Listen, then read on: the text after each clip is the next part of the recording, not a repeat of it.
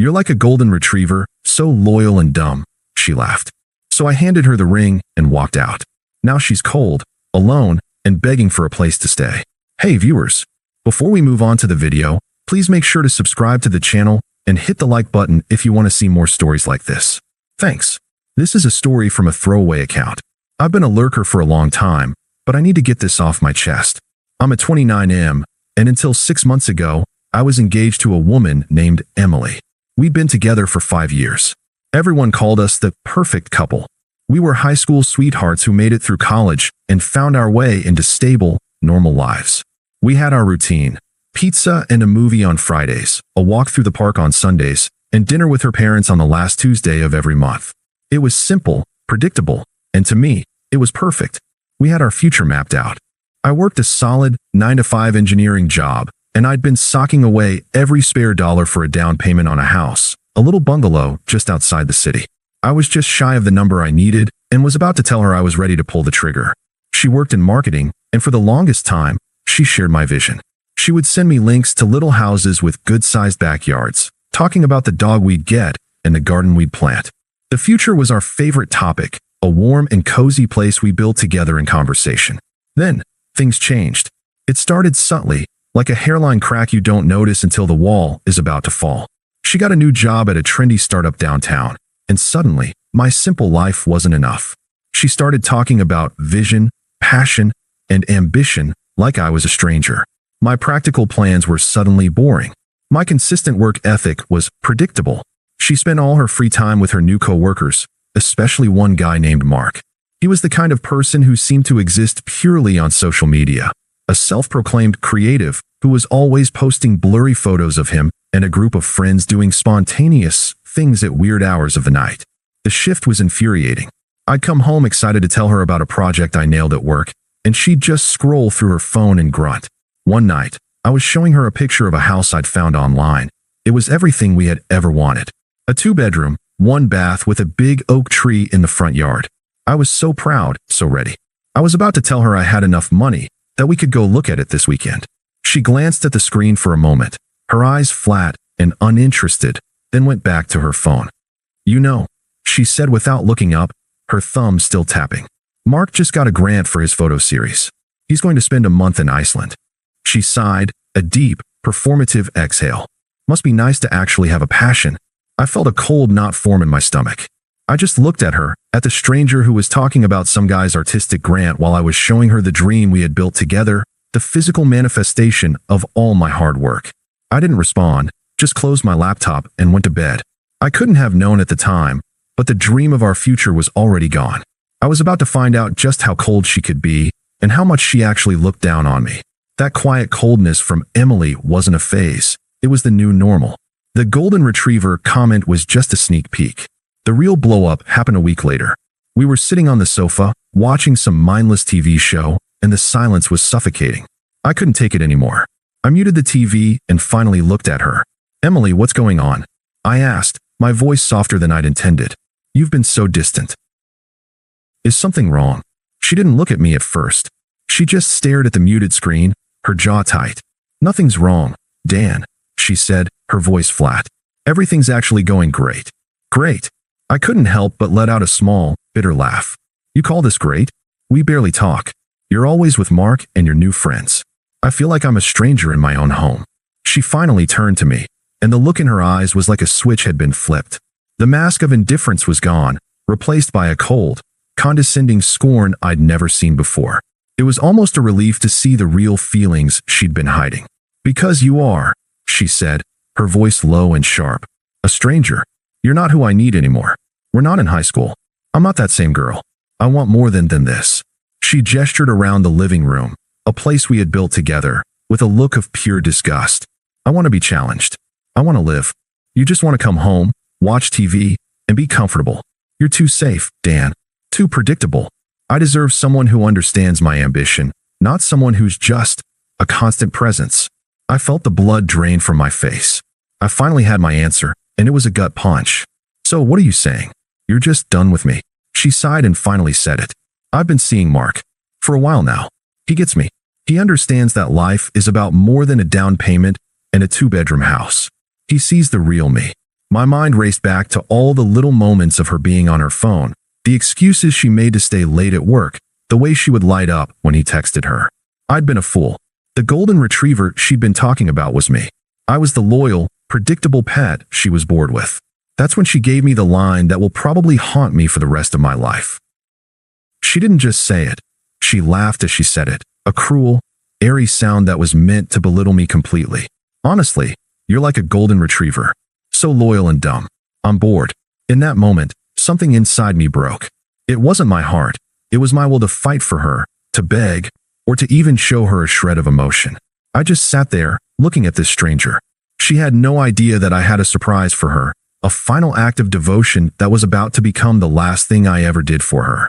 I reached into the pocket of my jeans and pulled out the small velvet box I'd been carrying for a month, waiting for the perfect moment. I took out the ring, a beautiful, simple diamond I had agonized over. She stopped talking, her smile fading as she looked at the ring. The smugness on her face was replaced by a flicker of confusion, then a sort of smug victory. It was what she expected, a desperate, final play. I took the ring and, without a word, placed it on the coffee table between us. I didn't get down on one knee. I didn't plead or cry or ask her to stay. I just looked at the symbol of the future we would never have, and a wave of calm washed over me. I finally understood everything. Her disdain for my stability, her boredom with my loyalty, her contempt for my character. She saw it all as a weakness. I stood up, walked to the front door, and looked back at her. Her face was a mix of confusion and smugness. I hope you find what you're looking for, Emily, I said, my voice steady, betraying none of the chaos inside me. Then I walked out and didn't look back. My immediate reaction to walking out wasn't sadness or anger. It was a kind of hollow calm. It was the quiet you hear after a bomb goes off, a ringing in your ears that tells you something catastrophic just happened, but your body hasn't caught up yet. I drove for a while, just aiming the car away from the life I had so carefully built. I didn't cry. I didn't scream. I just kept driving until the streetlights gave way to the black nothingness of the highway. I went to my brother's place that night, just showing up on his doorstep at 2 a.m. He took one look at my face and didn't ask a single question. He just handed me a beer and a spare blanket, and I slept on his sofa for the next 2 weeks. I went to work every day, like a zombie. I ate what he put in front of me, worked out when he dragged me to the gym, and went to bed every night without ever checking my phone. I had ghosted Emily completely. I blocked her on my phone, her friends and family on social media, and muted every group chat we had in common. My mind was like a fortress. I knew if I let a single crack in, all the pain and confusion would flood in, and I wasn't ready to deal with it. The silence was deafening, but also, in a strange way, healing. I used the money I had saved for the down payment and made a drastic decision. I quit my job and took a position at a different company in a city 100 miles away, a place where I knew absolutely no one. I bought a small, one-bedroom apartment with a killer view of the skyline. I started cooking for myself, taking long walks at night, and reading the books I never had time for. I wasn't focused on getting revenge or proving anything to Emily. I was focused on survival.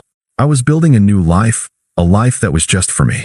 The months went by, and the sting of the betrayal faded. The calm was no longer hollow. It was a genuine, unshakable peace. I'd cut so many people out of my life that I rarely heard anything about my old circle. But some things are just too good to stay quiet. The first crack in my fortress came in a text from my brother, just a few words. "Mark is a total loser, dude." Over the next few weeks, I heard the full story, pieced together from different mutual acquaintances who couldn't resist gossiping. Emily's new life with her man of action was not what she'd expected. Mark, the artsy visionary, didn't have a grant. He had a rich aunt who funded his projects. His loft apartment was a rental, and he was behind on his rent and deep in debt from trying to keep up with his own facade. The worst part, the part that felt like cosmic justice, was what he did to her. She had bragged about him getting her a job at his company. What she didn't mention was that it was an unpaid internship, and he was cheating on her with one of the paid employees. He'd also posted a drunken rant about her online, calling her a clingy charity case and a gold digger without the gold. All the friends she had dropped me for were now laughing at her behind her back. The adventurous life she wanted was just a series of emotional and financial disasters. I heard she was living back with her parents, having lost her new job after the social media humiliation went viral. She had no car, no money, and the so-called man of passion had left her with a mountain of his debt and a completely shattered reputation. The person who had once laughed and told me my life was boring and predictable was now staring at a life that had completely unraveled. She got the chaos she wanted, and it broke her. The golden retriever was long gone, and the world outside the front door, the one she'd been so eager to see, had bitten her hard. I didn't feel sorry for her, not for a second. I just felt nothing. The peace I had built was a shield against her past, and it was working perfectly. I knew it was only a matter of time before she tried to find her way back to the comfortable life she threw away. Her return attempts started exactly as I expected, a slow trickle of texts, then a desperate flood. The first one was just her number, a ghost from my past, with a single, unadorned "Hey." I didn't respond. A week later, another one. "I heard you moved. Hope you're doing well." I deleted it without a second thought. It was almost comical how predictable it was. The desperation ramped up when she realized I wasn't a backup plan she could just text her way back into.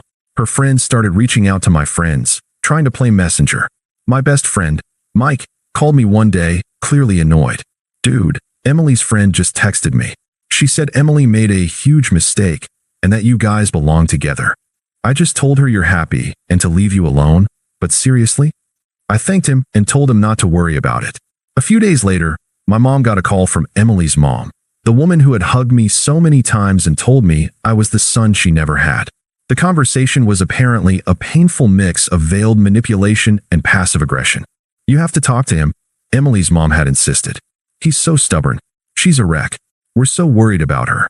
My mom, thankfully, knows me better than that. She calmly told her that my life was my own and that I was doing great, and promptly hung up. The calls and texts escalated. She started sending longer messages, full of fake apologies and selective nostalgia. "I know I messed up. I was stupid. I just miss our quiet nights in, our little rituals. I miss you." The messages became more frantic, and when she got no response, they turned bitter. "You're just going to ignore me?" After everything we had, she was showing her true colors, the entitlement that lay beneath her bored facade. She wasn't sorry. She was just mad that I wasn't there to clean up the mess she'd made. The final act of the play was not a text or a call, but a performance. A mutual friend from our old circle, Sarah, was having a birthday party. I hadn't been to any of their gatherings since the breakup, but I liked Sarah, and I was in a good place. I felt confident enough to be around my old life without being sucked back into its drama. I even brought a date with me, a witty, kind woman named Chloe. We were laughing and talking to a few people by the bar when I felt a hand on my arm. "Dan." Emily's voice was soft, trembling. She looked nothing like the woman who had laughed in my face 6 months ago. She was thinner, her eyes hollow, and she was wearing a cheap, ill-fitting dress. I glanced at her hand on my arm and then looked her in the eyes. I felt no anger, no sadness, just a profound sense of detachment. "Hey, Emily," I said, my voice as neutral as if I were talking to an old high school acquaintance. I introduced her to Chloe. "This is Chloe." Emily barely acknowledged Chloe, her eyes fixed on me. "Can we talk? Alone?" she pleaded, her voice a desperate whisper. Chloe, sensing the tension, gave me a reassuring smile and excused herself. We walked away from the crowd to a quieter corner. The desperation was radiating off her. "I know you won't believe me, but I am so sorry. I was lost. Mark, he wasn't who I thought he was. I've lost everything, Dan. My job, my apartment, my friends. He made me feel crazy, and I have nothing. I'm back with my parents, and I just keep thinking about how good things were with you. How you protected me. We could have that life again. Our life. I know it's crazy to ask, but can we try again?" She was crying now, the tears streaming down her face. It was the moment she had been building up to for months, her grand apology, her final attempt. I listened to all of it, every word, without a single emotion flickering across my face. When she finished, the silence stretched on for a moment, and then I spoke. "That's where you're wrong, Emily." My voice was calm, firm. I wasn't shouting or getting angry. I was simply stating facts. You're right that Mark wasn't who you thought he was. But the man you think you knew, the man you're begging for right now, isn't who you thought he was either. He doesn't exist anymore. He's gone. That old life, our life, was built on a lie. It was built on me being a golden retriever, as you so eloquently put it. It was built on me protecting you, forgiving you, and putting your feelings ahead of my own. That's not who I am anymore. I paused and took a breath. You said I was a man of plans, and Mark was a man of action. Well, I acted. I took all the things you called boring and built a new life, a real one, far away from all this. I don't know that person anymore, and I don't want to. I'm happy now. I'm building a life for myself, not for a woman who looks down on me. I'm not a security blanket, and I'm done being warm and cozy for someone who gets bored so easily. I turned, leaving her standing there, alone, a single tear running down her face. I walked back to the bar, back to Chloe, back to my new life. When I got back to the bar, Chloe smiled at me. I wrapped my arm around her, and in her eyes, I saw what a real, grown-up life looked like. And it wasn't the life Emily wanted. It was the life I had built without her. Thanks for watching. Make sure to subscribe to the channel and hit the like button. What do you think about this story? Share it in the comments.